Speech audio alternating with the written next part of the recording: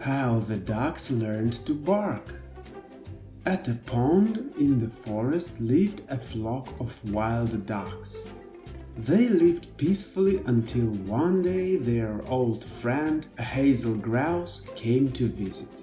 "Well, ducks, you're in a big trouble," he told them. "What's going on?" the ducks asked in alarm. "I hear the rumor that duck hunters will be coming here tomorrow." "Hunters? Big deal," said the youngest duck, who had never dealt with hunters before. "Quiet," interrupted an older duck. "You don't understand. Hunters are very dangerous." "What's so dangerous about them?" The young duck didn't believe it. "They'll come, take a look at our pond, and we'll all hide in the reeds. They won't notice us and they'll just move on."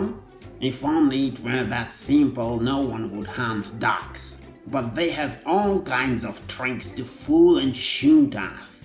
"What kind of tricks?" asked the young duck, surprised. For instance, a duck call. It is an instrument like a whistle. The hunter blows into it and it makes a sound like our quacking when we find something tasty. So when one of you youngsters hears that sound, you'll start flapping your wings. "Where's the food? Where's the food?" And that's when they'll hit you with shotgun pellets. "What?" the young duck gasped. And that's not all, the older duck continued. Hunters bring their dogs, setters or maybe Labradors.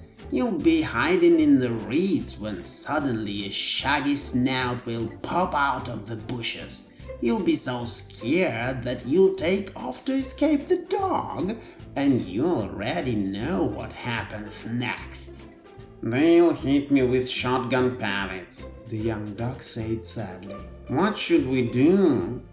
"If I were you, I'd fly far away," suggested the hazel grouse. "Find another forest pond." "No," said the older duck. "This is our home and we love it here. I have another plan. Thank you for warning us, Grouse. Now we know about the danger and can prepare. So listen carefully, ducks. Here's what we're going to do. Today we're going to learn how to bark like dogs." "What?" The young duck was confused. "Listen and don't interrupt," the older duck said sternly, flashing their eyes. "Today we practice barking, and tomorrow the entire flock will sit silently in the reeds without making a single sound. Got it? Not one quack should escape your beaks." "And then what?" The young duck impatiently shifted from foot to foot. "Then we'll hear the sound of the duck call. But don't let it fool you. If each of us stays silent, then any unfamiliar quack will mean the hunters have come and are trying to trick us. That's when we'll trick them. The whole flock will start barking like dogs. This will confuse the hunters and they'll go hunt somewhere else. Got it? All right, let's practice barking." The ducks spent the entire day practicing their barking, and the next morning, as dawn broke, they hid among the reeds listening to every sound. The hunters arrived early in the morning.